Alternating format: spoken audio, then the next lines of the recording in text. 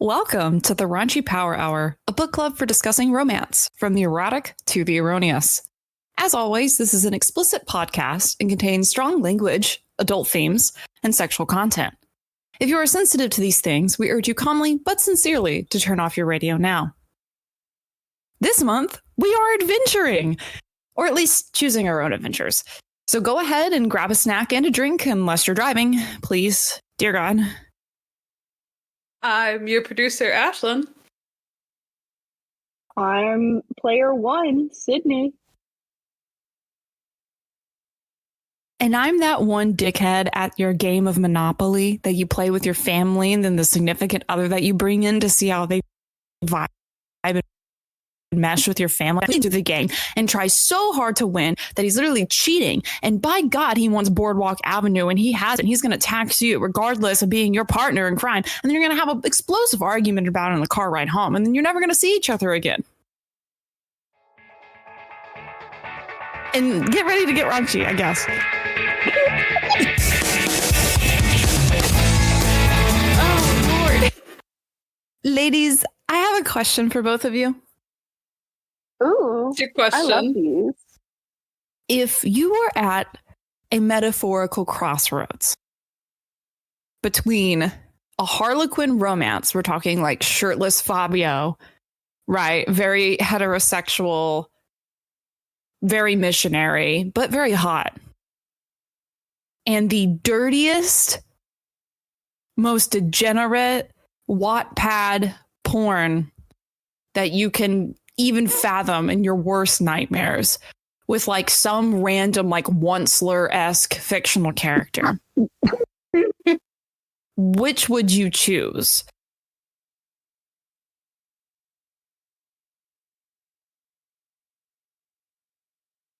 The only thing that's coming into my head is I know which one you would choose because I know your type.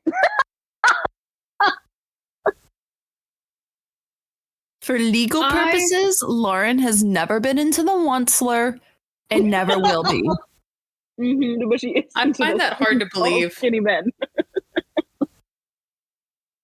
Actually, would say I'm more into short kings, and maybe that's called growth. Maybe that's my frontal lobe developing. It's the opposite of growth.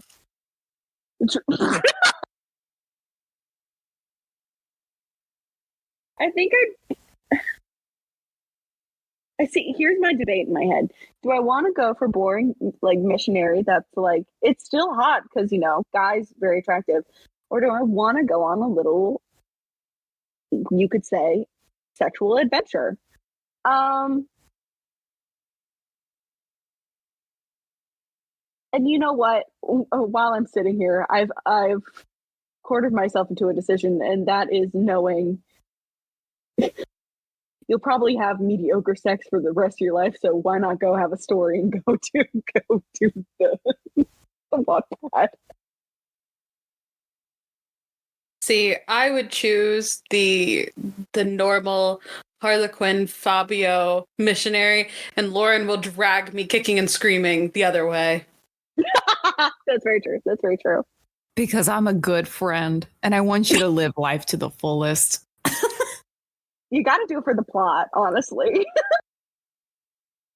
Some may say here I you am. only live once, Claire. Are you proud of that? No, I'm a month rusty. Mommy hasn't read a book in a month. If you're mommy, what does that make me? God. What does that make me? Daddy. Hey, I'm okay, big daddy. Oh, Lord. In less than a year, I've gone from your beta to your god. How does that work?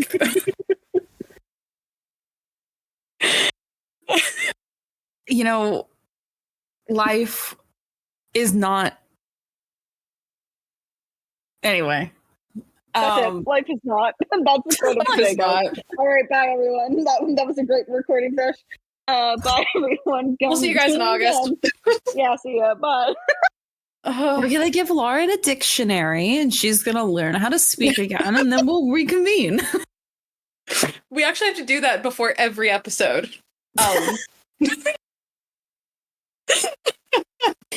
actually wear mouth tape 24/7 between recording episodes so that I can use my brain power to osmosis all the vocabulary I hear in my waking life so that I can pretend to be a functioning human for this. Well, adventurers, today we're choosing our own adventure. We're going to read Adventures of the Aviatrix by, who's it by? Callista Hawks. Ooh. I'm so excited to choose my own sexy adventure. That's all I wanted in Choose Your Own Adventure books. It is. Yeah. I'm excited to finally say that I metaphorically joined the Mile High Club. Metaphorically, though. Only, of course. I don't care what I have to do. I will drink 4 shots of liquor, knowing I have work in the morning, if it means I get to act out that scene. Out. I mean, oh. I thought this was metaphorical. Oh, theater of the mind. Okay. Explain the rules for us, would you, God?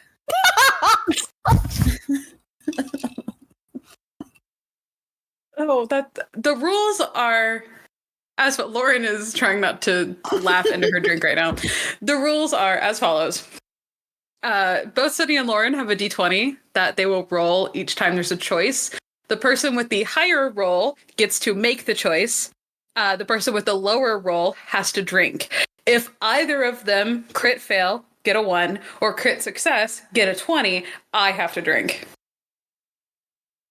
Does everyone understand? I hope everyone who's D&D fans and romance books fans are here in the audience tonight. That's all I have to say. And our choices narratively are determined by who rolls the highest. Is that correct? Yes. So Beautiful. You can sabotage each other, I suppose. I don't know how we would sabotage each other in this, but I'm excited. I know how I'm going to sabotage you. Oh no! Oh no! I should have picked my weighted dice. Yeah, I have no way to determine if you guys are cheating or not, so be good. I'm going to roll a bunch of nat 20s and then be like, I don't know what's happening. Oh, Lord. Okay. Is everyone prepared? Ready to go? Got my drink. I've got my 20. Let's go. Oh, yeah. What are we drinking tonight? Oh. I'm doing my tried and true mango cart. Delicious. That's all I have to say about it. It's very good. Air traffic control here. I'm drinking rum and cola, specifically with rum that was distilled in Barbados. You want to say where? It's not Pride Month anymore. Oh, yeah, true. I forgot. We can't be gay unless it's June. It's Mount Gay Distillery for anyone who is a connoisseur. I have a watermelon punch Jack Daniels. Woo! Beautiful. Woo! Ready, kids? As I'll Ready, ever my- be. Aye, Captain. I can hear you. Yes, you did.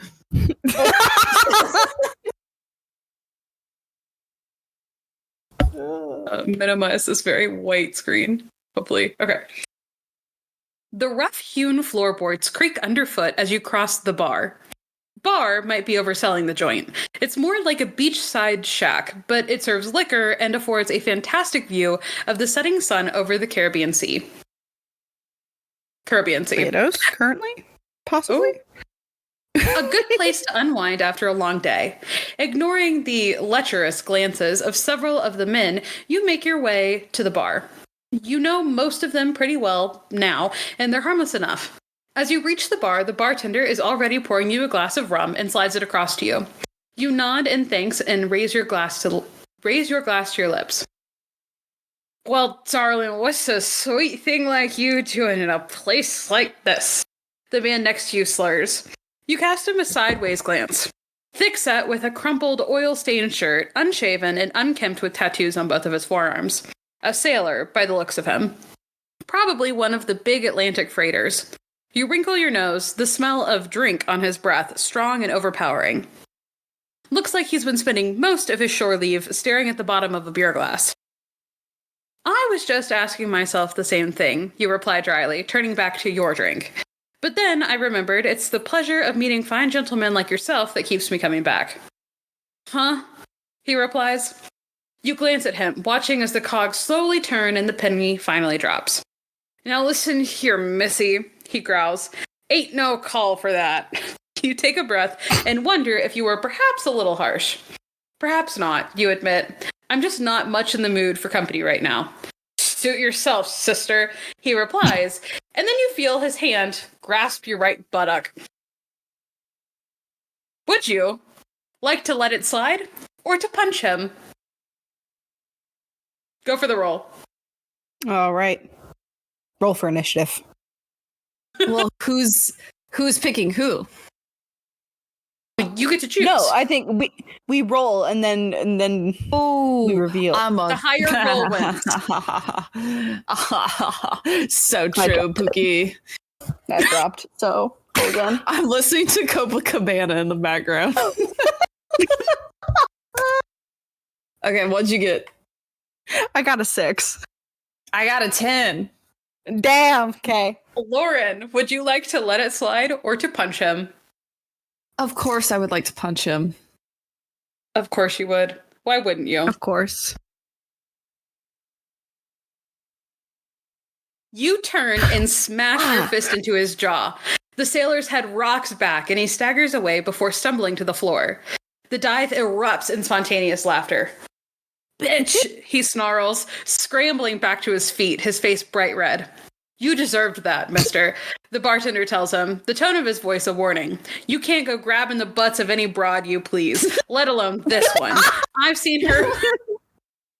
I need that on a t-shirt. You can't go grab any broad butts you see.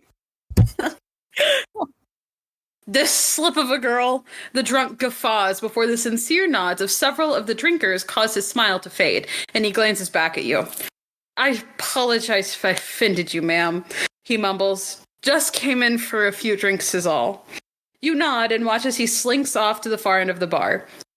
As you reach for your glass of rum, you notice a man in a beige-colored suit cross the bar towards you.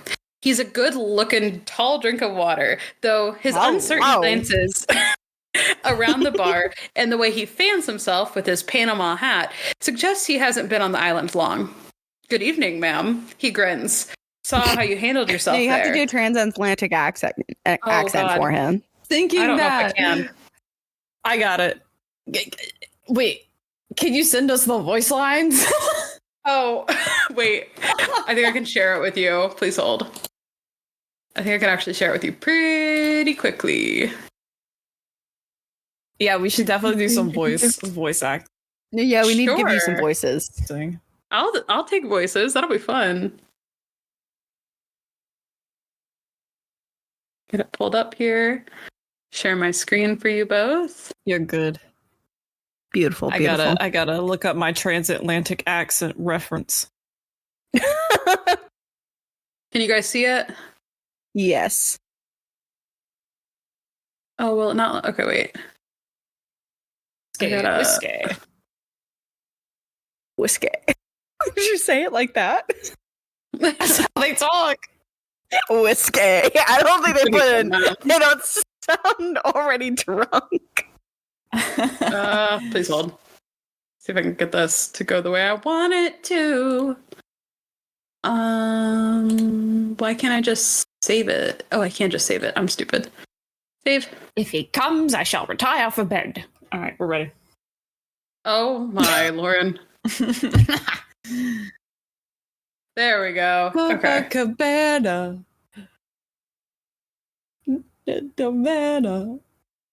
Oh, I went too far. Okay. I'm gonna end up sounding like Peter Griffin from Family Guy. Almost certainly. Oh, So I'm the fixing stream it. has ended. Oh, I'm okay. fixing it. I was making it so I could click, because before I couldn't click. Oh, okay. How's that? Good? I'm ready. Okay, so we are here. Good evening, ma'am. He grins. Saw how you handled yourself there. Wouldn't want to get on the wrong side of you, miss. Sydney, would you like to be our main... Oh, I should be the main character, shouldn't I? Never mind. Oh, actually, you're reading everything else, so I don't mind being the main character. Go for it.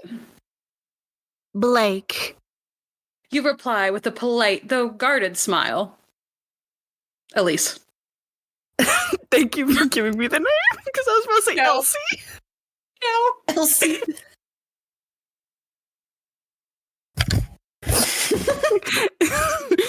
Elise Blake. I said Blake. Pleasure to meet you, Miss Blake. He grins, extending his hand. You warily shake it. My name's Noah Wheatley, and I have a business proposition that may be of interest. Can I buy you a drink? Sure. You reply. He nods to the bartender, who pours 2 glasses of rum. People do drink rum straight. These fuckers. Yep. Oh, wait. Oh. Wait, what is my accent then? What is my accent then? Apparently we both have a transatlantic accent. Sorry, we're reading ahead, guys. Your accent. He comments, raising the glass to his lips. I can't quite place it. I'm gonna start doing that guy from the other guy from Family Guy where it's like, can't quite place it. Almost American, but not quite. English, Irish, perhaps. I'm trying to think of a transatlantic accent too, and it's really hard. I was born in England. No, that's definitely not it. That was definitely so not southern. it. It was very Gone with the Wind. I was born in England. I was born in England. I can just do very Midwestern if we would like. She's from Chicago. She's from Chicago. I was born in England, but moved to Chicago in my teens. You reply. I guess my accent's a bit of a mid-Atlantic mismatch.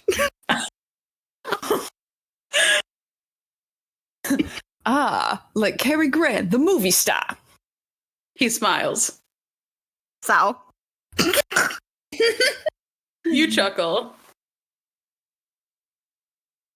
If I live on an island much longer, I'll probably pick up the West Indian twang to go with it. So, I do for you, Mrs. I'm going into Southern. I can't help it. What can I do for you, Mr. Wheatley? Please, Toots. Call me Noah. The accents are all over the place. For the listeners, Lauren has been ad-libbing half of her lines, just so you know. I'm getting its character. He replies before nodding to the twin-engine Grumman Goose moored at the end of the jetty outside the bar. The burnt orange of the sunset reflects off the silver hull as it gently bobs on the waves rolling in. Understands it. You own and operate that little seaplane outside. You heard right. I'm You just going to nod. go into sexy lady and just hope for the best. Do that. I think that'll work. Yeah. Here, let me try that again. You heard right. Good. Good. You nod. Good. Oh. No, you're good. I jumped ahead, Toots. Good. Good. Are we the Italian mafia? It's slipping into that. Very Al Capone. Very, very. Good. Good. Yeah. I'd like to hire you. He tells you, setting his glass down. First thing tomorrow, if possible. What was that? That was Hoboken. Oh my god.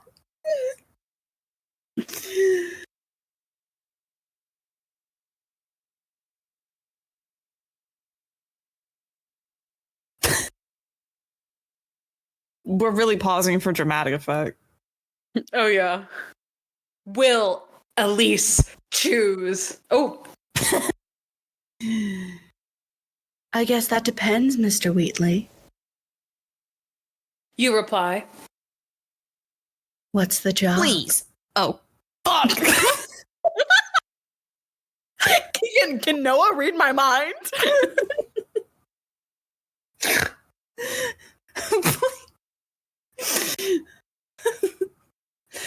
Please, call me Noah. He smiles. Oh, see, he is in New York. Okay, here we go. Long Island. Let's do it. I'm an archaeologist working for the Metropolitan Museum in New York. I've got a lead on a culturally significant find, and I believe it's to be found on the western peninsula of this island. That's... You frown, thinking of the remote, uninhabited spit of land on the far side of the island. Yeah, but palm trees and sand. I have You to hold my reply. hand like this. I have to like do this while I'm talking. Like for Sipping listeners on who the can't rum. see it. cigarette. Yeah, it looks like I have a cigarette. And I've just got my hand popped out, and I have to do it.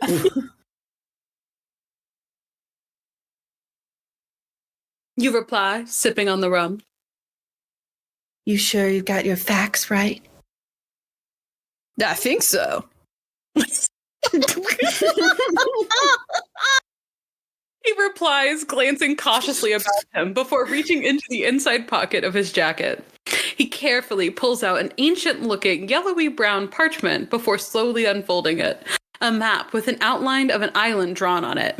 While crude, the unfamiliar shape is mistakably this very island. As you lean over to examine it, Noah quickly folds it away and slips it back into his pocket. He smiles. Don't want you looking too closely before you take the job. What are we looking for? You tell him, your voice low. Buried treasure. It's a particular... To do that again. Do that I again. could not hear you. Perhaps, but it's a particular relic that interests me. Noah tells you. A compass. Not valuable in itself, but something that would be of historical importance and a valued exhibit in the museum. I just need to get there. Where I come in, huh? You nod. Yes. He says, looking you up and down. You and your little seaplane. He grins. Love the added little Abilene. It's every line. From the air, I will be able to see the exact location shown on the map, and you will be well paid. How does $1,000 sound? You whistle. Which I can't do, so just imagine I can. Woo, woo. Sounds just swell. You reply before your eyes narrow suspiciously. And you have the money?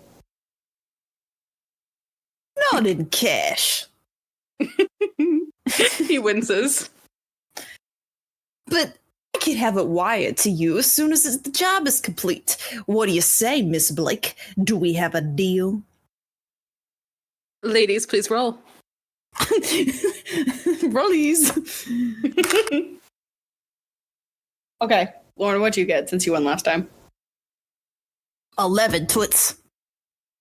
I got 12. Wow. Refuse that Sydney. job. Do it. Would you like to take the job or refuse? I would like to see what happens when we refuse the job. It just says end of story.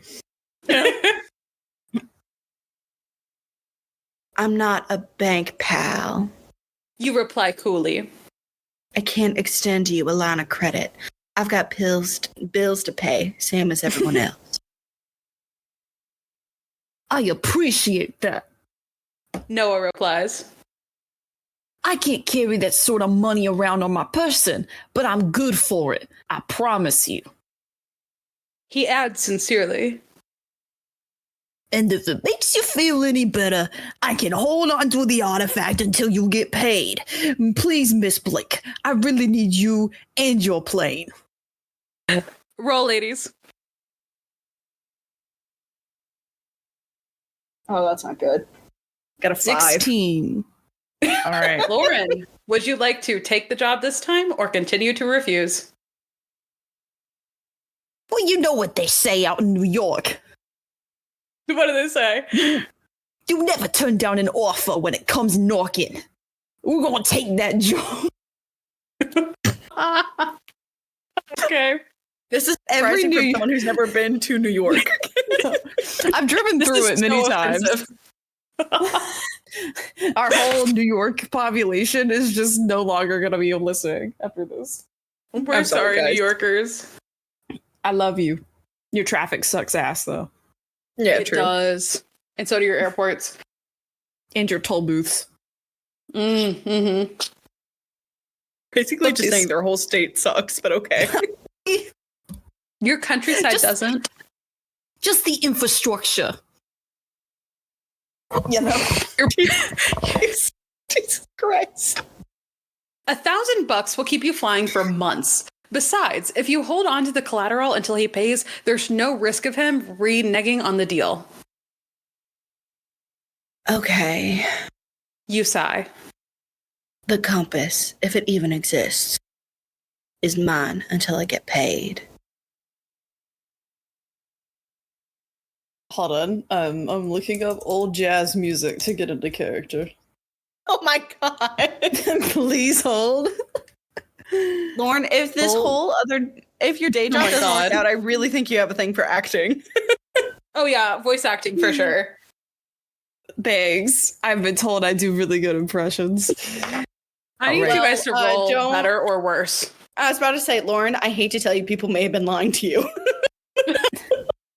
They're not your real friends. No. You haven't seen me in my element. I can't do accents, but I can do people. Okay. Old Jazzy Romantic Calm is the name of this playlist. The subtitle is like a smoking parlor. Beautiful, Excellent. beautiful, beautiful. I'm trying to listen to a transatlantic accent. Agreed. He flashes you a grin and extends his hand. You shake it before reaching for your glass and drinking the last of your rum. On the jetty tomorrow morning at 8 o'clock. Sharp. You tell him, turning to leave. And call me Elise. I'm just going to change his accent. Okay, go ahead. Great. No offense. See you tomorrow, Elise. The next morning, you pull on your leather flying jacket and a fedora hat and stroll down the beach. Ew! Or is it The fuck? Why am I wearing Oh, wait. fedora? Oh, wait. I Can have to we show you roll guys for the cover. fit? This is what you Yeah, look I was like. about to say.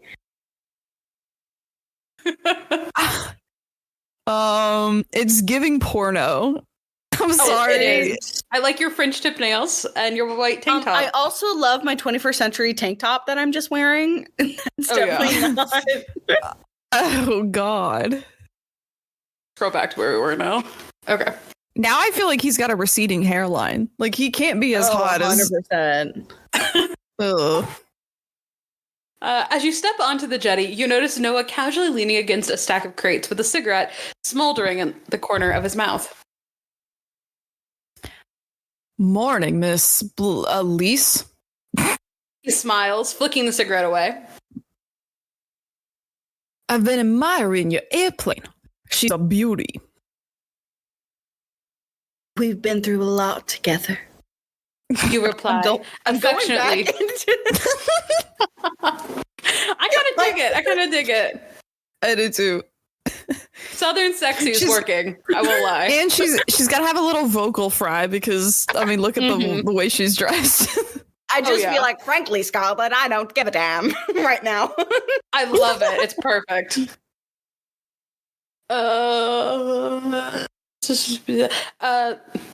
You reply, affectionately patting the silver fuselage. In the last years of Prohibition, I used to fly crates of whiskey from Canada down to Chicago for the DeBrusso family. A bootlicker that's for not the a real mob. That's not a real one. I hope that's not a real mob. A bootlicker for the mob, huh? He remarks, raising an eyebrow. Sounds like quite a life you've led. I guess so. You reply, pulling open a low hatch in the tail of the plane. After you. You gesture inside. Noah steps through and you follow him inside. Closing the hatch behind you, you walk through the small cabin and into the cockpit. Noah is already sitting down on the co-pilot seat, and you slide into the pilot seat next to him. You switch on the ignition, and the engines fire with a puff of exhaust smoke, the propellers rapidly spinning up. Grasping the yoke with one hand, you reach up to throttle levers overhead and ease them forward. The drone of the engines grow louder, and the airplane moves away from the jetty. Now, I've never seen a takeoff from the cockpit before. I knew you were going to Noah. do that. Noah. God. Noah comments, leaning forward and peering out of the window. Kind of like having the best seat in the house. You nod, concentrating on the instrumentation dials before you as the hull cuts through the waves. Pulling the yoke back towards you, the nose rises into the air and the Caribbean Sea drops away beneath you as you climb into the sky.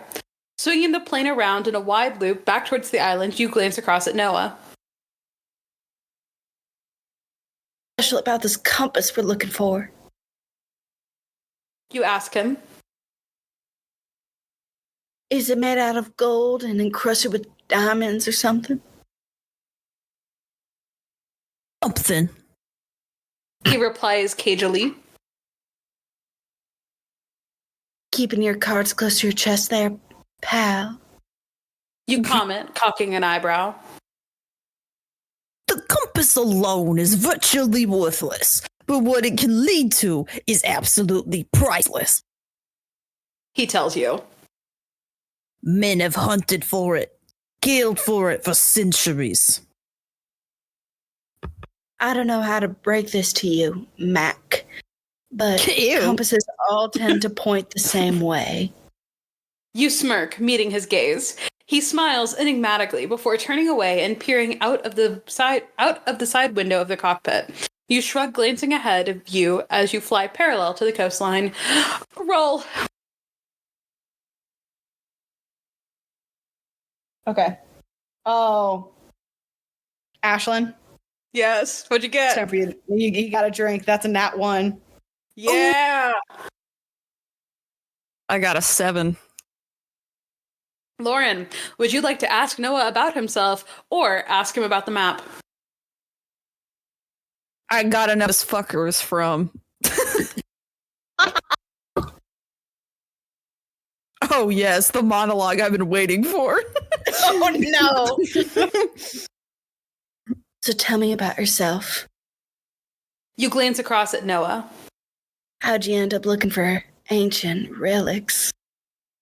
Oh, well, I'm so glad you asked, Toots. I've always been fascinated. I've always been fascinated by history. He replies. I grew up in Hoboken with my nose in a book, reading about the ancient Greeks, the Roman Empire, Egypt, and the pharaohs, European history, and so on. I went on to Brown University and did a degree in history.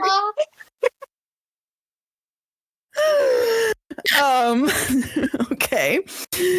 When an opening as a field archaeologist with a metropolitan museum came up, it was an excellent fit. I've traveled to digs in ancient sites all around the world. Like, you've led quite a life yourself. You remark. I guess so. He says non-committally. So let me guess. You grin. You're married to a Oh my God. librarian or teacher or something with a couple of equally bookish kids back home. Girl, be more subtle. No, not married. He replies. Guess I haven't found the right broad yet. Oh, God. I'm sure there's a perfect bookworm out there for you somewhere. You smirk. You always mock your customers. He retorts, his eyes hardening. Feel like I struck a nerve there, champ. You chuckle. Sorry. You add sincerely. Didn't mean to offend. Roll.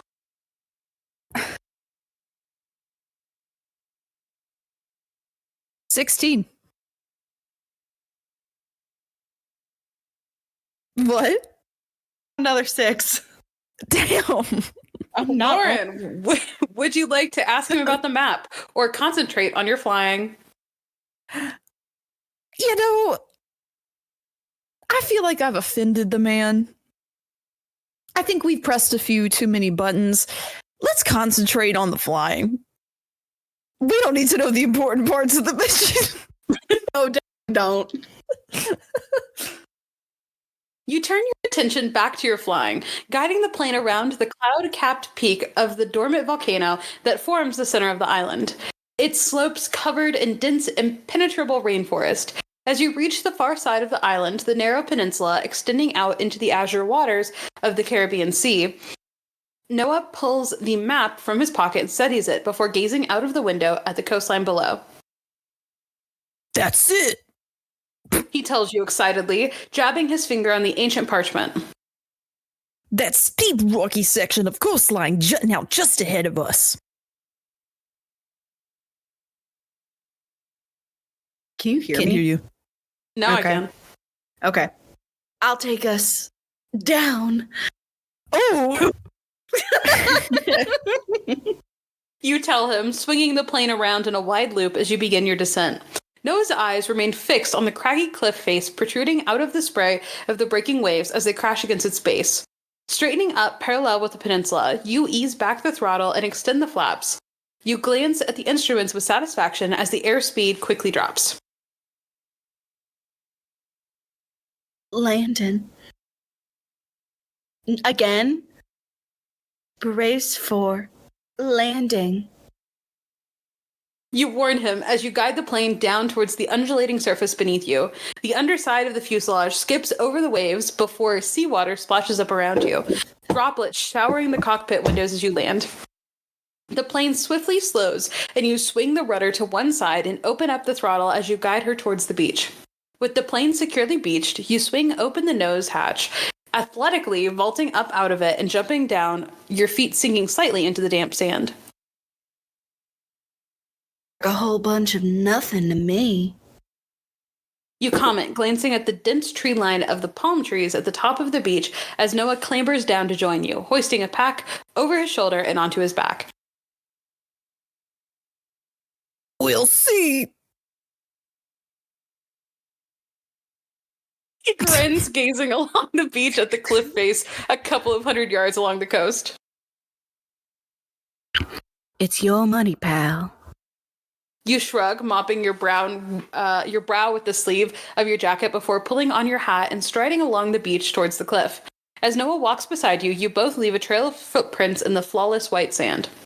As you reach the imposing rocky cliffs, Noah pulls out the map and carefully unfolds it.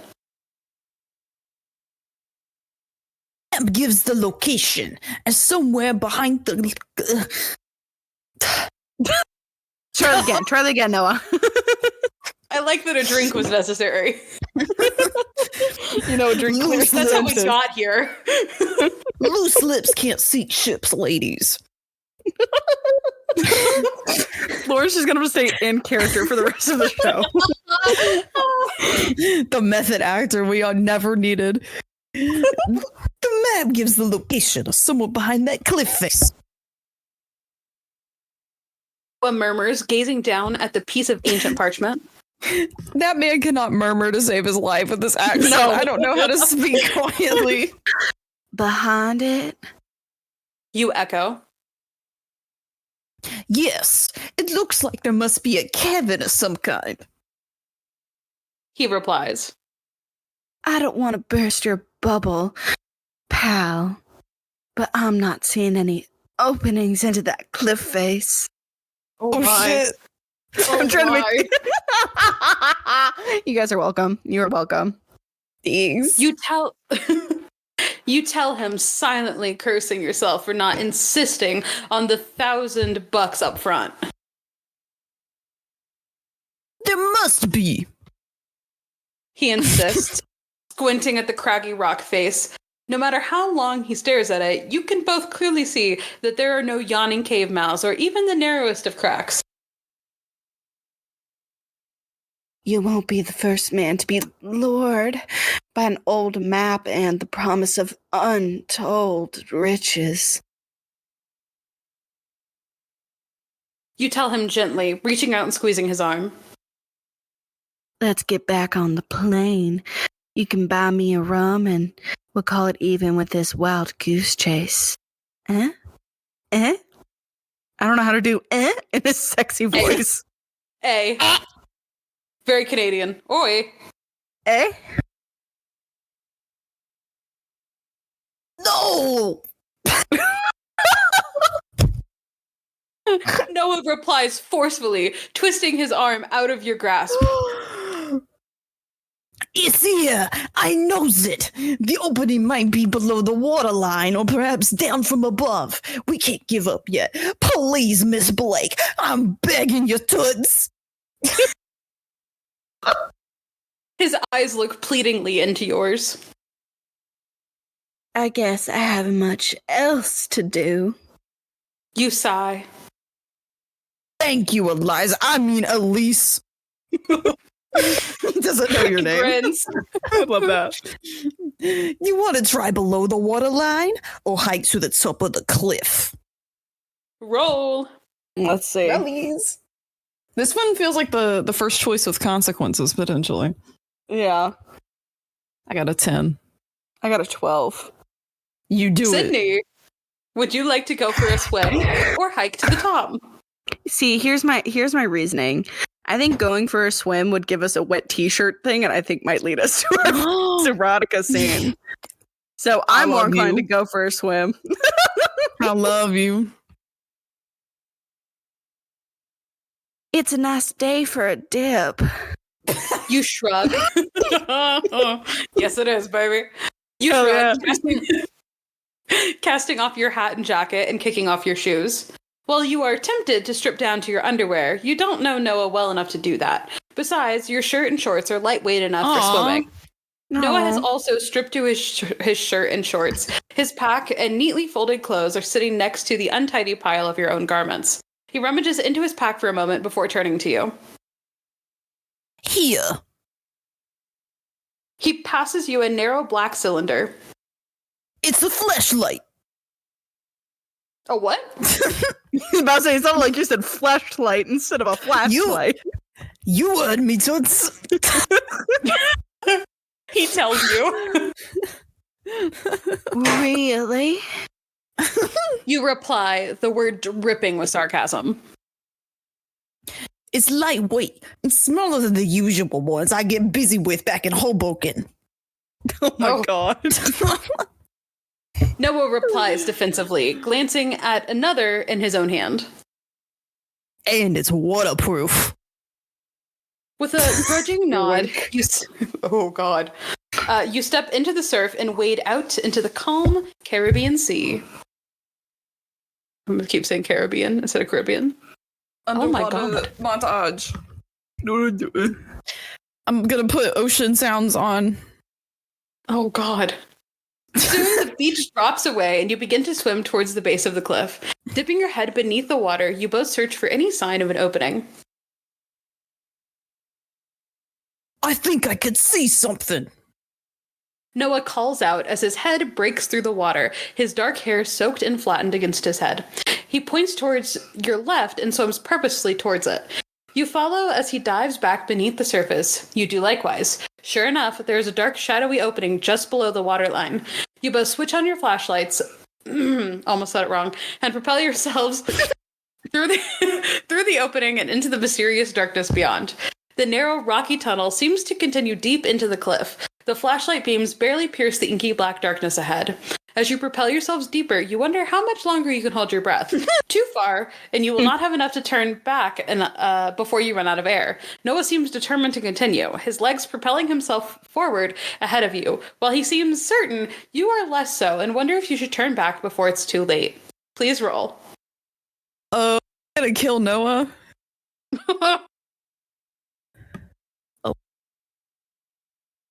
Okay, Noah. We don't know him well enough yet. Oh, okay. I rolled an What'd you 11. get? I also rolled an 11. What does Oh, that what do we mean? do?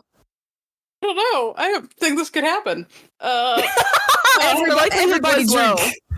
Everybody takes a drink.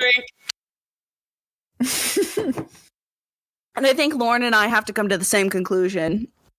Discuss. All right, we're open to discuss. Can you guys hear the frog having a stroke outside my window? No, can't actually. Okay, perfect. Cool. It's very loud. Oh my god. Sorry. Go ahead, discuss. If you should, keep going. Your turn. Hey, Ashlyn, I don't think that's a frog outside your window. I believe that is a demon, and I think you need an exorcist. We'll be fine tonight, right? Yeah, maybe. It could be the frog either being a demon or is having like the best sex of his life. It's one or the other. Yeesh. If he's having the best sex of his life, it's against the window. Get it. Yeah, you go, Mr. Frog. Anyway, Lauren, where are you leaning towards? Because I'm thinking, let's keep going. I was thinking, let's go back. Oh, okay, okay. Why do you? I want to. Okay, let's both try to persuade the other into our way of thinking. What is your? Why do you want to turn back? I was actually fun Lauren lore. There should be a jingle for that. Lauren lore time. As a child, my dad read many choose your own adventure stories to me for a bedtime, in which basically he inadvertently taught me fuck around, find out. And I feel like there are many choose your own adventure stories like this, which present you a clear option of uncertainty. And it's a high risk, mid reward. And I'm thinking, if we go down this tunnel, we're going to die. And it's going to be like, start over. What are you thinking? I was thinking we could just start over and it'd be fine. We could just come back here and just do the turn back. I'm committed to the adventure. Here's the tea. If we die, we have to swap voices and do different accents. I dig it. Because they're new characters. Deal. Shake on it. Let's keep going. Okay, we're gonna keep going. Okay. Yep. Noah from Hoboken. Against your better judgment, you decide to continue to follow Noah and hope there is air ahead. The only light is the dancing beams of your flashlights as you swim onward. Your lungs are on fire, and it takes all your willpower to stop the impulse to inhale and gulp down seawater. Knowing you are only moments away from drowning, panic threatens to overwhelm you. Finally, you see the shimmering surface of the water overhead with the last reserves of your strength kick up powerfully towards it. You break the surface and take in a deep, rasping breath before taking out your ire on the equally breathless Noah. Oh my god. His eyes widen at both the ferocity and imagination of the savage vitriol you hurl his way. Sorry. Had a feeling this was it, is all. He shrugs, pulling himself up onto a ledge.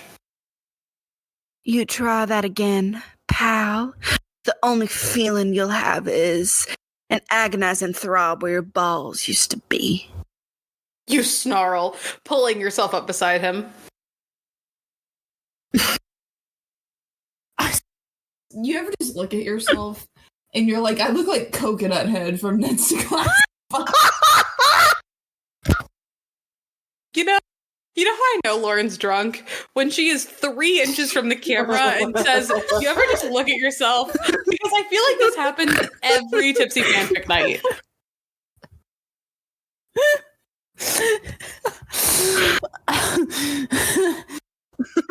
No. Noted. He smirks as his gaze momentarily flicks towards your chest. You are suddenly very aware of the soaked and now almost transparent fabric of your shirt clinging snugly to your body. Sid, you're eating this. Eyes up, Buster. You growl. He flashes you a rueful grin and shines his flashlight around. You are in a narrow passageway, a natural cave by the looks of it, carved out by millennia of the waves undercutting the cliff, perhaps. You continue a little further until the cave forks ahead. At me.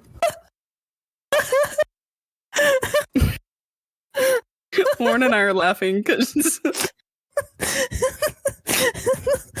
at what I said. we're just sending stuff in the chat. Sorry.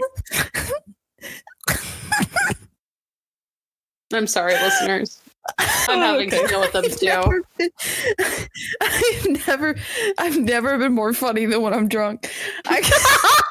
That's what every mediocre white guy says. Listeners, I sent a gif of Coconut Head from That's a Class of 5 where he gets hit by a funfetti cannon and he falls backwards, and I caption it "Me when he comes." No. Oh, is that what it was captioned? I didn't see the caption. Oh, That's why I was laughing so hard. Lauren, I don't think you wrote that. You didn't write that. Oh, yeah, you did. I did. I so did. Never mind. I just can't read. Your map say anything about this? You ask no. Your temper cooling as quickly as it flared up. He reaches into a pocket and carefully withdraws it from a sealed waterproof pouch.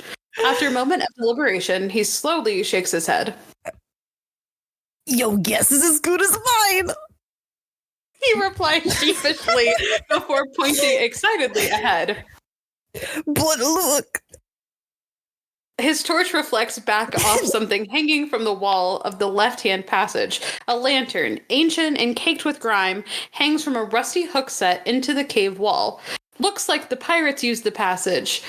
As you move towards it, you can feel the air stirring in the right-hand passage. The air seems fresher that way. Oh, Roll. sorry. I just burped. You did. We all heard it, Lauren. Lauren, roll. No, I'm looking for a good gift. No, Lauren. 11 for me. Lauren, roll. Where are we into this episode even? It's a 9. So I'm choosing. We've been recording for an hour to the minute, and half of that was all our technical issues at the beginning. Oh my I god. love that for us. Lauren is trashed. Sydney, would you like to go left into the passage that has the lanterns, or right into the passage with the fresh air? Well, I mean, I think if we go left, that's going to be probably more where buried treasure is. Lauren's losing it, so let's go left, because I don't think right's correct. Left is... okay. Looks like this is the route. You nod. You nod, following Noah inside. He reaches for the lantern and examines it in the glow of his flashlight. Lauren! I'm crying. I'm sorry. Open that head. What am My sternum hurts so bad. My sternum hurts. Early 18th century. I haven't laughed this hard in years.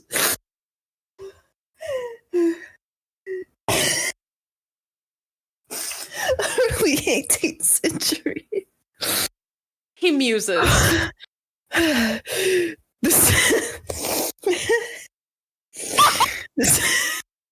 Lauren, get it together. Get it together. We need our method actor. I can't. Oh, I'm blocking it. I'm blocking it. Lock in.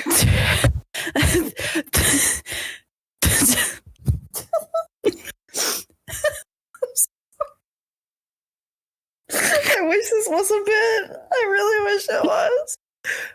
Okay. The time frame is consistent. Yes, this must have been the way to their Walter hideout.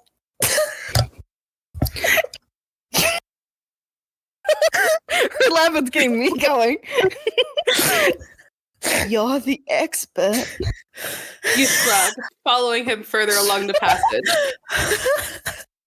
As you pass more lanterns, Noah quickens his pace, his excitement getting the better of him. Wait. Oh. You call as he hurries ahead, disappearing around a bend into the winding passage. As you follow him, you scream. Shock and horror echoes along the narrow cave. Noah's eyes bulge out at you in disbelief, his mouth opening and closing soundlessly. A thick spear has pierced the side of his neck and lifted him off the ground, his feet dangling beneath him. The spear seems to have sprung from a hidden aperture in the cavern wall, no doubt triggered by some ancient mechanism. As you watch, Noah's body goes limp, and his eyes rolling back. You turn and dash back down the passageway, desperate to leave this awful subterranean hall behind. Panic overwhelms you, and you fail to consider that perhaps you have already passed other traps that you both avoided by sheer dumb luck.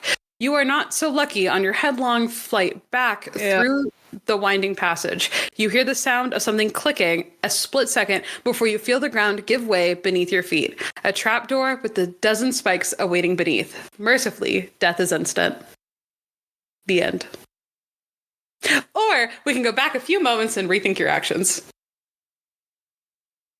I love that we went. I was just gonna say, I love that we did the fast version in which there was no sex involved. None. It's erotic, and all we got was a boob look. We only got the wet t-shirt contest. What? So what choice did we make that put us in the booby trap hallway? Sydney went left. Yeah, so I think going right would make more sense. So I'm right. You're gonna go right, and you are switching characters now. Yes, oh no! Yes, we are. Oh, and wasn't there something about drinking? Everyone drinks if we die. Was that it? I don't think that was a rule, but that's a rule now. I'm gonna miss you, Hoboken. You were cool. Don't worry. Oh wait, no, I have to do a different accent now, don't I? I mean, you can do whatever accent you want. I thought we were it was changing just accents. Just swapping accents. Got it. Just swapping. Oh. You can change it if you'd like to, but it was swapping accents. Swapping characters, swapping accents. Okay. I'm looking up a reference. Oh my god. I wasn't reference a enough. long episode to edit, isn't it?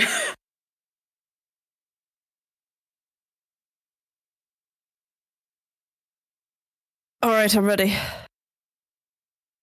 Well, you begin, my love. You start, sweetie. All right. You're no longer Noah. Oh, I don't know. What the fuck? You reply. Smells kind of musty that way and fresher on the right. Well, if we're doing different accents, I'm doing a different accent. I'm not doing Hoboken Noah anymore. Do a different one. It. I don't know if I can do it consistently, so I'm trying to think. We're drunk. Expectations are on the floor. You know, I'm not drunk. You guys are rolling really crappily. Oh, vaults don't normally smell musty. Are we both doing this weird Scottish-Irish mix? I was trying to do Canadian.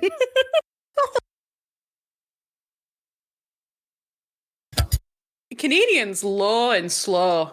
Oh, Vaults true. go Low and down slow. and smell. I needed to hear. I needed to hear. Nope, it's gone once you stop talking. Think of the moose from Brother Bear. It's really low and slow.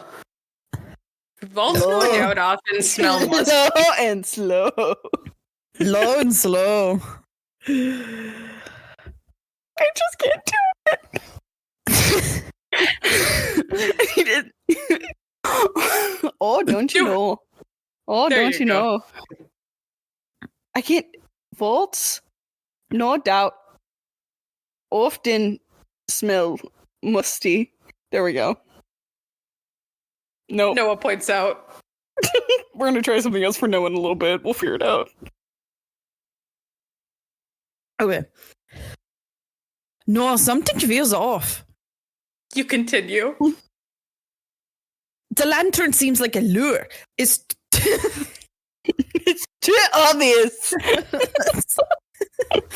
One of those words was very Jamaican, and I don't know which one.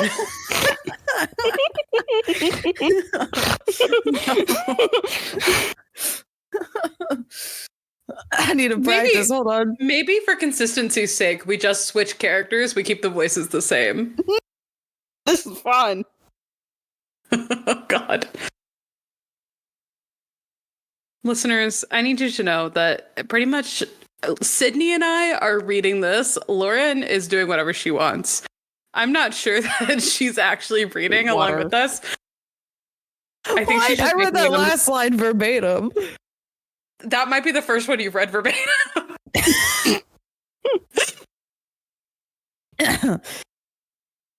All right, Noah, it's your turn. Was it? Yeah. Damn. Right here. Okay, I know. I'm trying to think of a new accent to try to slip into Noah. God. Might have to cut all this out. Yeah, you might. You probably will. Probably. I'm gonna listen back to this and be like, But I might. jeez. Too obvious. Noah echoes disbelievingly. Need I remind you that no one has found this place in more than 200 years? Why did I go into that guy? I don't even know who that is. We're gonna do that 200 years. Or that we both nearly drowned just reaching this point. I don't know who this character is, but I'm gonna go with it.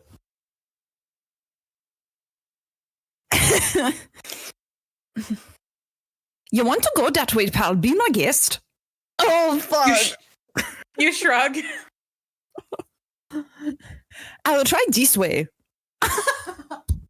This way was really Islander. Yeah.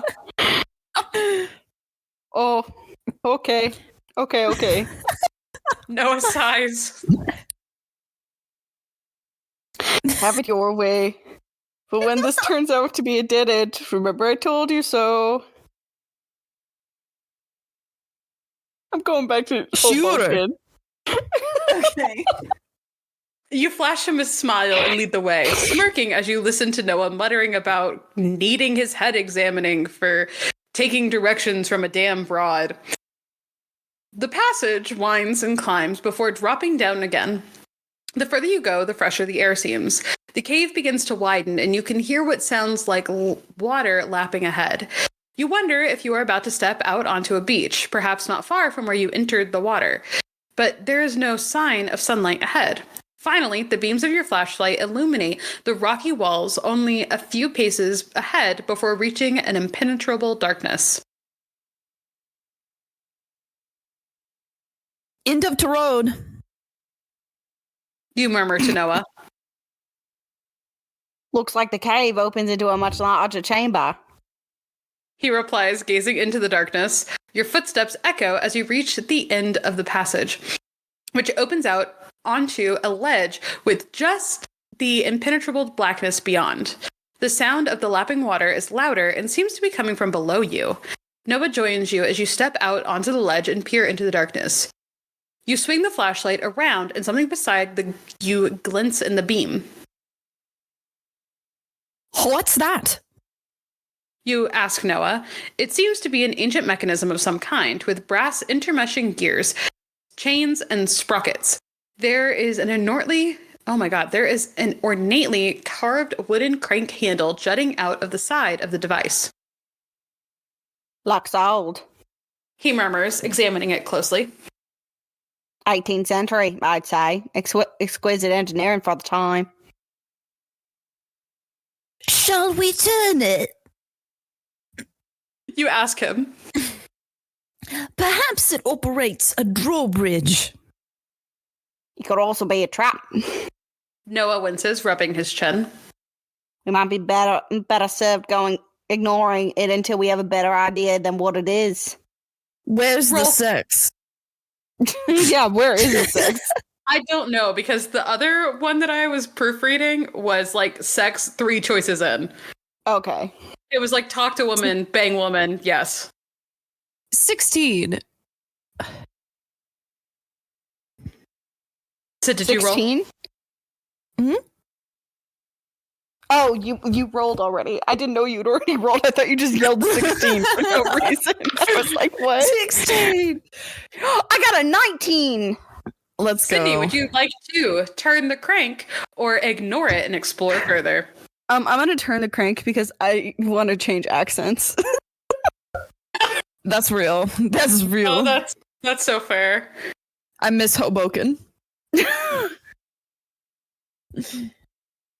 Oh no, Lauren. I'm reading a little bit ahead and it looks like we're just gonna keep going.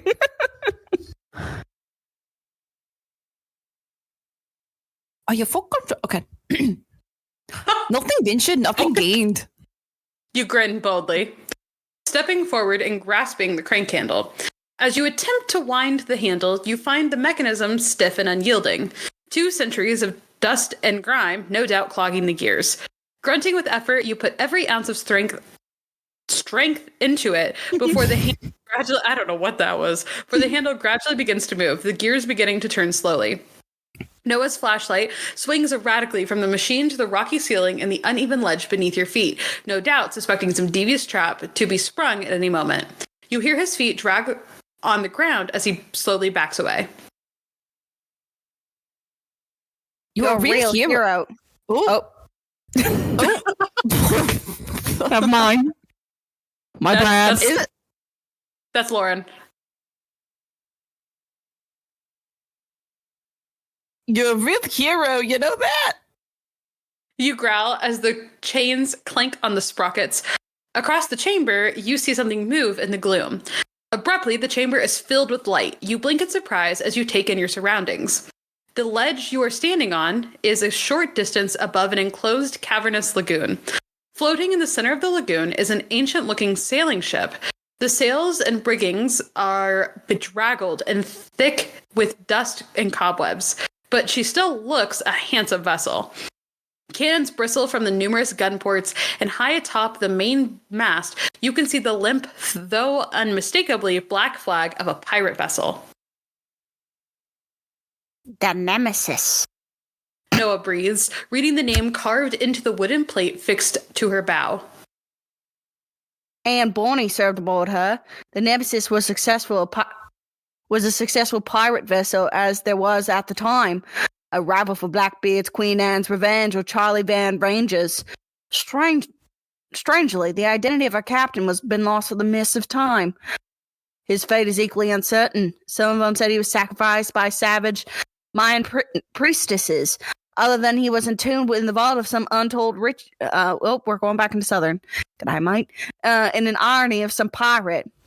There are some accounts, however, that he escaped and used his riches to buy Anne Bonny's freedom, saved her from the gallows, that the two of them lived the rest of their lives in the American colonies.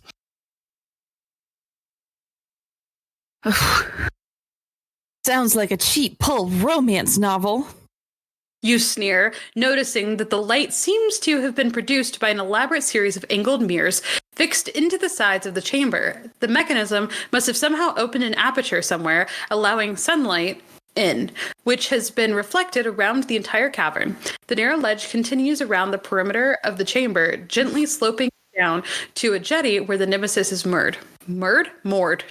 The artifact must be on board. Noah tells you. Come on. He steps forward, and you reach out and grasp his shoulder, yanking him back. What the hell? Look. You growl, pointing to the floor. A barely visible cord runs across the ledge at ankle height. You drop to the floor and peer over the side of the edge. The cord is connected to another mechanism, this one leading to a spring-loaded plate with a series of spikes fixed to it. Hold on. Oh, Noah blanches when he sees it. Sorry. There we go. I was about to be like, we're missing a line. My bad. Thanks. He murmurs grudgingly. Stepping over the cord, you slowly and cautiously make your way along the ledge before reaching the jetty. The Nemesis bobs gently in the water, and you wonder how she ended up inside this sealed cavern, like a ship in a bottle. You guess it was once a cave open to the sea, and the pirates must have used explosives to seal it, hiding the ship. Oh, I don't think there's anything aboard except cobwebs. Oh, you ask Noah? Why did you change accents? I can't do it. Okay. If this mysterious captain and this pirate broad settled in America, why would they leave anything valuable behind? I'm an archaeologist, not a treasure hunter. Noah replies stiffly. As I told you, I'm only seeking the compass. I believe it is still here. Otherwise, why had a ship and set traps to protect it? I just keep going into Southern. I'm so sorry, everybody. That's okay. Hey, guys. You reply. Listen, you got me this far. He tells you. Why don't you wait here and I'll go aboard and see if I can find it. Roll. I'm gonna fuck on the ship. I think we might. I think that's what's coming up. Oh, 1 minute. Another 16. I've rolled like 5 of these. Well, that's a 2 for me, so it's your turn. Hey, are you sure that weight isn't weighted, Lauren? Is it weighted, Lauren? It is not. I do not own any weighted dice. Mm-hmm. Lauren, would you like to wait for Noah to explore the ship or insist that you go with him? I want to fuck on a ship. And it takes 2 to tango. Indeed it does. I don't think so, pal. You snort. If that ship's full of treasure, I want my cut. I thought you might say that. Noah chuckles. But remember, the compass is mine. Sure. After I get paid. You grin. It's still Dude, do you want to try that again? Nope. Okay. Why remember? Noah nods, striding along the jetty towards the Nemesis. You both clamber up the side of the vessel and onto the deck. The timbered deck is caked with dust, and you both leave a trail of footprints in your wake as you explore the ancient ship.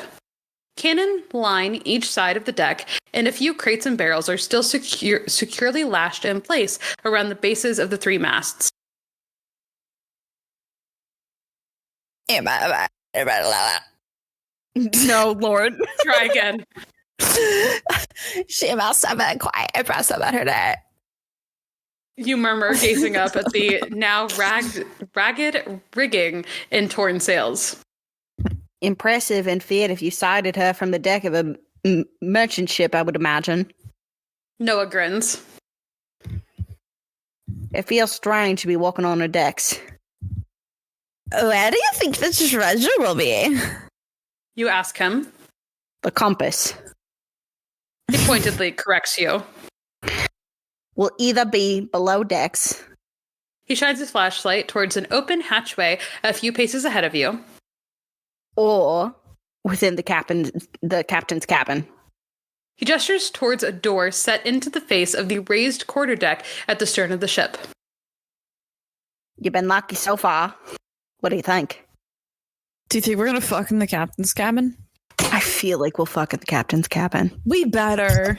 We better. 2. Oh, we just switched. I got a 16. Where are we fucking, girl? We're gonna go at the captain's cabin. We're gonna go fuck there. Into the captain's cabin.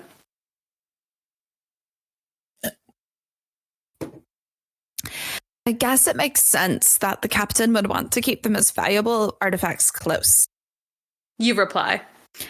Let's try to fuck in his cabin. You both step towards the timbered door, the iron rivet heads brown with rust. Noah winces as he turns the door handle. Was that a burp? Noah winces as he turns the door handle, perhaps fearing some devious trap. The door creaks on its ancient hinges and swings open, but there are no dastardly devices of death to contend with. Noah glances at you and shrugs as you both step inside, shining your flashlights around the cabin. There is a bed and a desk, both caked with dust. While the A bed and a desk? Let's go. While the dull glow of the reflected sunlight shines through the small, grimy glass panels of the stern window at the back of the room.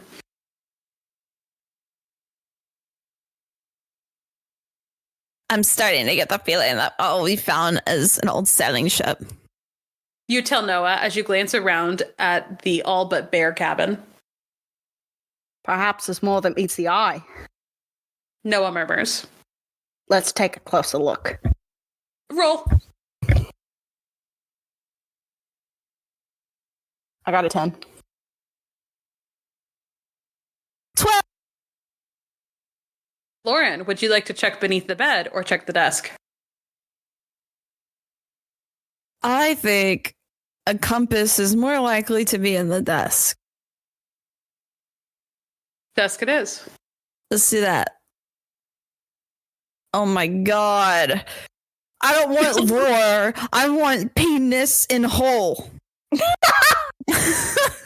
My god. Oh my god, do you guys see how much we have progressed in this? It's barely anything. I know. I'm Ashley? scared. I don't know what to tell you. Can we hit Control F for sex? Wait. We're on page 55. Okay, control. Cock. Oh my god, that's a lot of cock. Oh my god. Oh my god. Somebody clip this for Twitter. That's a lot of cock. Oh my cock. He's pulling his cock out. It's gonna be like cunt or something. Oh, pussy word. I bet it's gonna be like the swell of her blah blah blah. Yeah. Oh wow, none.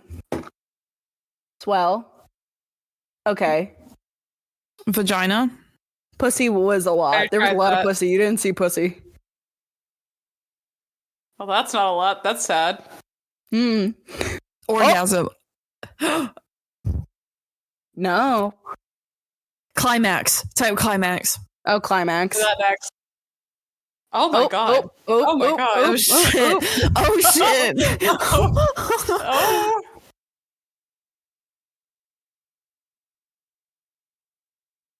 Oh. Okay, so we're nearly there. We're nearly Getting there. We're getting there. Let's go back to where we were. Okay. Speed read. We're close. We got this. We're so close, Lauren, to sex. Let's try the desk. You suggest moving towards it and dragging a chair out of the way. Noah nods and sweeps a thick layer of dust off the surface with his arm while you begin to pull open the drawers, rifling through each one. Sorry.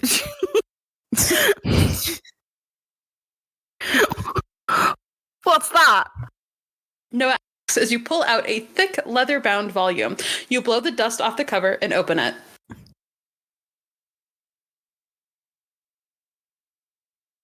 Looks like the ship's log. You murmur, leafing through the pages of immaculately handwritten text. Much of it is rather dull, with course headings, dates of visits to various Caribbean ports, lists of supplies taken aboard, and the occasional mention of ships boarded and lists of what was plundered from them. Any mentions of Alcatraz? I'm just Nope. going into a southern accent. We're just going to go with that from now on. I'm done. That is not the name of the place. Any mention of Alcatraz? That is no D. Alcaraz. Alcaraz.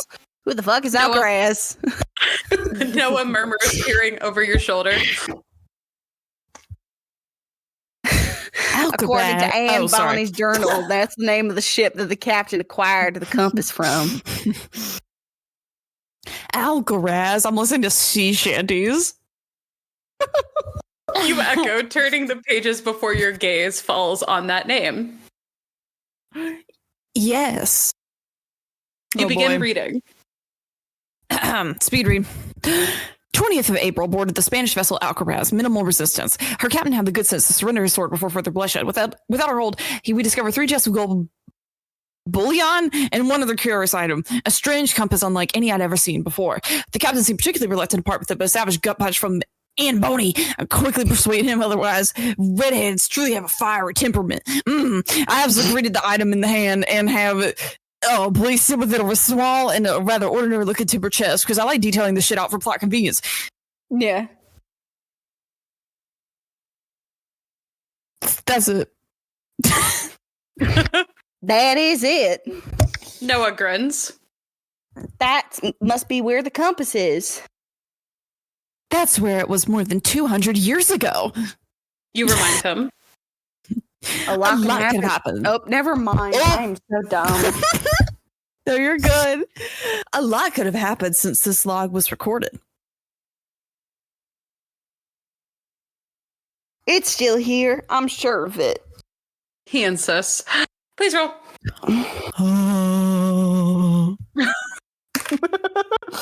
11.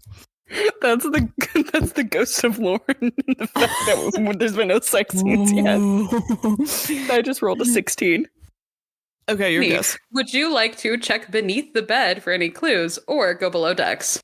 I feel like looking beneath the bed would be something. I don't know. Could be something or nothing. Yeah, brother. Lift the bed. Oh, no, that's Noah. That's you. I'm so sorry. It's okay. Lift the bed. You tell Noah. Let's see if there's anything hidden underneath. I don't think the feared captain of the Nemesis would be in the habit of hiding his loot under his mattress like some old timer with a pile of dollar bills. Well, fuck me then. He grumbles, hooking his fingers beneath the bed frame and grunting as he lifts. You cough as he disturbs the thick layer of dust, but as it settles, you kneel and peer beneath, shining the flashlight beam back and forth. Nothing but dust. There's nothing here. Noah groans, dropping the bed back down with a thump. Now, we've already checked the desk, so we're just gonna... We've already checked I got a 12. Cindy, would you like to go take a look below decks? Or would you like to I don't know. I kind of want to go. I kind of want to go check the desk again. Oh my god. Okay, let's do it. Oh god. Let's try below decks. You reply. Sounds good. Noah nods as you both walk towards the open hatchway before pausing as you gaze down into the gloom of the gun deck below. Think there's any traps down there? You ask him. Probably. He nods, shining his flashlight into the darkness. Then after you. You grin, gesturing into the hatch. He grimaces before nodding and slowly climbing down a timber ladder. As he descends, he abruptly drops with a cry. Noah? You shout out, peering down through the opening as your blood runs cold. I'm okay. He calls up. Damn rung broke all. Looks safe down here. Famous last words. You mutter to yourself as you can. I like how this implies that you're a Discord kitten when there's a guy around. You mutter to yourself as you carefully descend the ladder, stepping past the broken rung and dropping to the deck below. You shine your flashlight around, seeing more cannon lining each side of the gun deck, their muzzles protruding through the open gun ports. The deck boards creak underfoot as you join Noah. The beam of his flashlight illuminates a heavy iron door set into a partition wall dividing the forward section of the deck. Great. How are we going to... Oops. Sorry, Discord Daddy. Great. How are we going to get through this? Noah glances over his shoulder and flashes you a grin before reaching into his pocket and pulling out an ancient-looking key. Found this with the map. He smirks before slotting it into the keyhole. As he turns the key, the mechanism clinks and the door swings open. My God. You murmur, your eyes widening at the sight of all the gold and jewels reflected into the flashlight beams. Noah, however, seems to barely notice the riches before him. Okay, Where bitch, you is loaded? Where is he?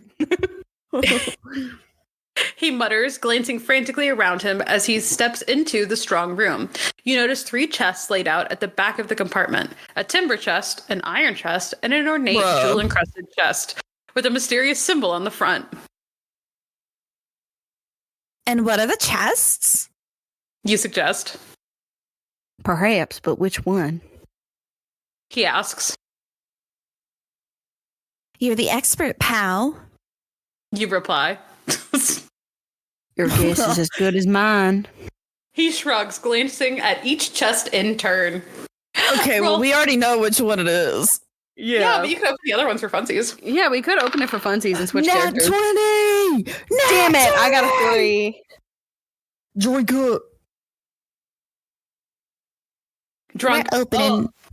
We're opening that timber chest, baby. I want to fuck. Lauren's like, no more, no more foreplay.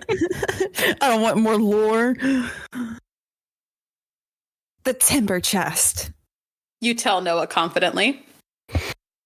You think so, huh? That was He 40. replies. He replies doubtfully. Fuck that. Before shrugging his shoulders and dropping to his knees before it. He carefully lifts the lid, which creaks on its hinges. You crane your head forward, the beam of your flashlight fixed on the side of the chest. It is lined with what might have been velvet 200 years ago, but is now just gray, moldy matter. In the center of it is a circular silver case, perhaps 4 inches in diameter. This is it. Noah breathes. I found it. They didn't believe me, laughing into their sleeves. I'll show them now. I don't know what laughing into their sleeves mean, but okay. He slowly reaches into the chest, clearly reveling in the moment. His fingers close around it, and as he lifts it, there's a mechanical click. Beneath you, you see Flint and Stryker and the sparkling end of a fuse wire. Shit. You gasp. Put that out. Noah reaches for the fizzing fuse and grunts as he tries to pinch it between a thumb and forefinger. Oh, no. He moans as it disappears into the bottom of a chest. Quickly. You snarl, wrenching the timber chest up off the floor. The fuse wire has already disappeared through a narrow hole bored through the deck boards beneath. Let's get out of here while we can. Noah tells you, slipping the compass into his pocket, scrambling to his feet, and running out of the strong room. With a rueful glance at all the treasure, you set off at his heels, running back through the gun deck. The ship trembles with a series of concussions beneath your feet. The boom of an explosion behind you sends you both sprawling. As you pick yourselves up, you can see the forward section of the vessel has been ripped apart and engulfed in flames. Shit. You curse, both of you running for the ladder and scrambling up as quickly as you can. The deck of the Nemesis is on fire, the rigging and sails ablaze and raining down in glowing orange embers. The whole ship begins to list alarmingly, and knowing you only have moments to act, you both throw yourselves over the side and back onto the jetty. Time to leave. Noah shouts, sprinting along the jetty in the direction of a cave at the end. You glance over your shoulder at the blazing inferno that had been the grand old pirate ship just a few minutes earlier. You are inclined to agree and run after him. His flashlight sweeps from side to side as he disappears inside the narrow passageway. As you reach the end of the jetty, another huge explosion rips the Nemesis apart, the concussion cracking the walls of the cavern and dropping huge sections of rock into the lagoon. Oh, no. You gasp, dashing into the cave as the whole chamber begins to collapse in on itself. The passage climbs steadily upwards, and you run as fast as you can, trying to put the thought of any more traps out of your mind. The rocky ground trembles beneath your feet, and you know that this passage too will soon collapse in on itself. Just ahead of you, you see Noah slide to a halt, his flashlight shining first to the left and then to the right. You follow his gaze. To one side, the cliff winds upwards, perhaps up towards the top of the cliff, while the other side, a narrow passage, leads steeply downwards. Which way? Sorry. He asks, his eyes wide as the whole passage quakes around you. Roll. Rollies. That's Lauren a 5. wants sex so bad. She's just Nat so one. Oh, back to back. Sydney, throw yourself down the narrow passage or continue upwards. Let's go upwards. Uh-oh. Oh my god. Yeah. Time to switch. Yep. Not yet. Finish it. Like the look of that. You tell Noah, shining the flashlight down the tiny passage. That way could lead back down to the lagoon for all we know. He nods, and you both continue up the winding passageway, the tremors seeming to grow stronger with each passing moment. We must be nearly to the top. Noah pants as you both struggle onwards. You nod, clutching a stitch in your side. As you round the corner, you both stop, staring ahead in disbelief. Oh no. You murmur. The cave ahead has collapsed in on itself, completely blocking your way. Quickly, back the way we came! Noah shouts, turning on his heels. As you do, the ground trembles violently, the cave roof cracking overhead. You both cry out in terror as the whole passageway collapses down on top of you, instantly crushing the life from both of you. Damn. We're back in Hoboken, baby. Oh, Lord. All right, well, let's welcome him Lord. back. Oh, Lord. I guess we'll throw ourselves down the narrow passage. And with that, folks, we will end it here. I know we haven't had any sex tonight or any romance really between these two characters, but I think we're going to leave you on a literal cliffhanger here.